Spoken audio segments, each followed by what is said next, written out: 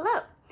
Good afternoon or morning or whenever you are doing your history homework. Today we're going to go over a new chapter, and this chapter is the rise of the samurais.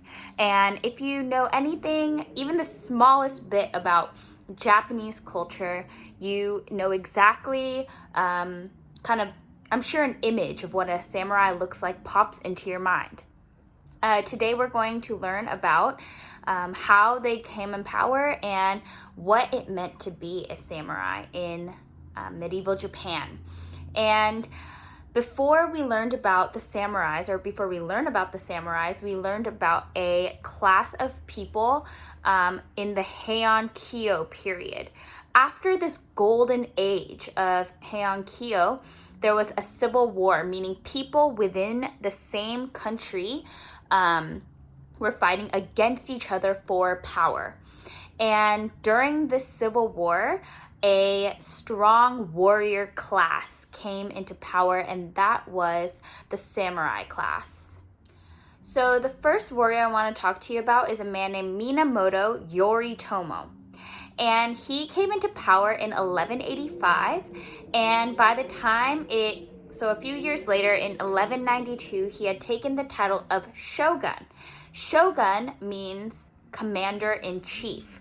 And he did not take the place of the emperor. The emperor still resided in the capital city of Heian Kyo, but Minamoto Yoritomo did create a warrior capital in Japan, and that was in Kamakura. So this rise in the warrior class, this new military government in Kamakura set up by Yoritomo, began a new era.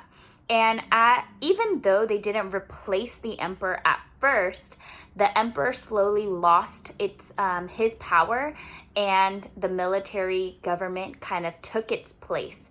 And eventually, a professional warrior class called the samurai took the ruling class. They overtook the emperor for 700 years. So in order to be a samurai, the code of conduct was very strict.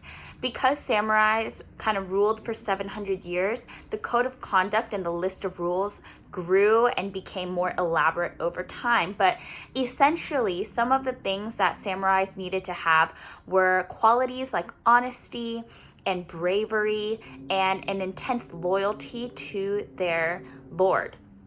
The word samurai means those who serve.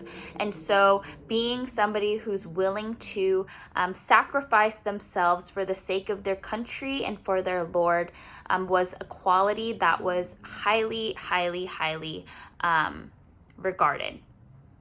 And samurais needed to be a fearless warrior. Instead of losing face or instead of losing honor, samurais oftentimes killed themselves so that they can kind of maintain their honorable disposition. They didn't want to lose their honor, and so they chose to kill themselves instead of losing face. So not only did a samurai need to be able to fight really well, they also needed to have a certain level of education. They studied things like art, writing, literature, and they needed to have kind of a mental training before they were deemed a samurai. Not only were they educated in literature and writing and art, but they were also very devout Buddhists. Many of them were Buddhists, and because of their devout faith in religion, they could face death very bravely without hesitation of the afterlife. So as we go along in this chapter, you're going to learn a lot about the samurai's mental training, physical training, and what it meant to live as a samurai during this period of the warrior class. And so make sure that you're paying close attention and that you are filling out the sheet that talks about the rising social warrior class.